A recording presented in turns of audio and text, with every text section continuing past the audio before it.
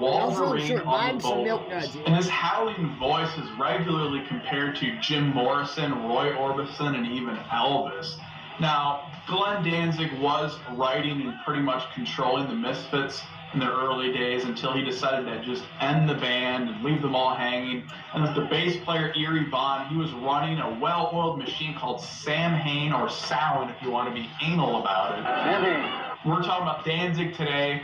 That stuff is really good. Look into it, though. But in 1986, everyone's favorite lazy, lay-on-the-couch producer, Rick Rubin, who would work with Slayer and worked with the likes of the Beastie Boys, and convinced Glenn that, hey, you should do your own supergroup thing. And that went exactly nowhere, but he quickly got some members together, one of them from Sam Hain, Eerie Von, to play bass, as well as the awesome John Christ guitar and Chuck Biscuits and Gravy to play the drums. Does this now give you a lot more opportunity to concentrate on writing and singing?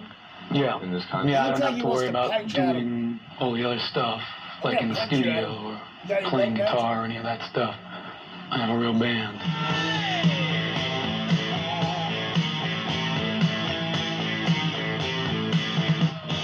Now the production on here is just bare bones. It sounds like the other kind of productions Rick Rubin was doing at the time with bands like The Cult, but it works even better here. It's almost like a mixture of AC/DC and Black Sabbath. It sounds sinister and bluesy, and you have so many absolute classics on here, like the opening track, Twist of Cain, which would show a lot of the lyrical directions that Glenn Danzig would take with this band, not only having some sort of dark satanic theme, but also mixing in elements of his philosophy. And as many of you know, Glenn is actually extremely well-read, reading dark, creepy books, and for fuck's sake, he even has a pile of possessed bricks on his front lawn. And speaking of possessed, the songs Possession and Mother and a couple others like Twist of Cain were actually originally going to be Sam Hain songs, or Samhain.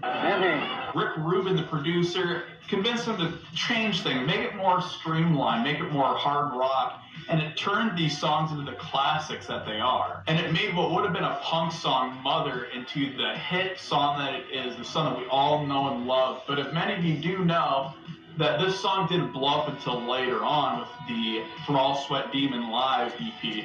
But what made this song so cool is that it was actually lashing out at censorship and the PMRC at the time. They were putting the parental advisory stickers and censorship labels on albums, and this is your classic Glenn Danzig rebellious song. Yeah, Mother was censored like 3 times. Against my wishes. I think the combination of our lyrics and music and like the erotically aggressive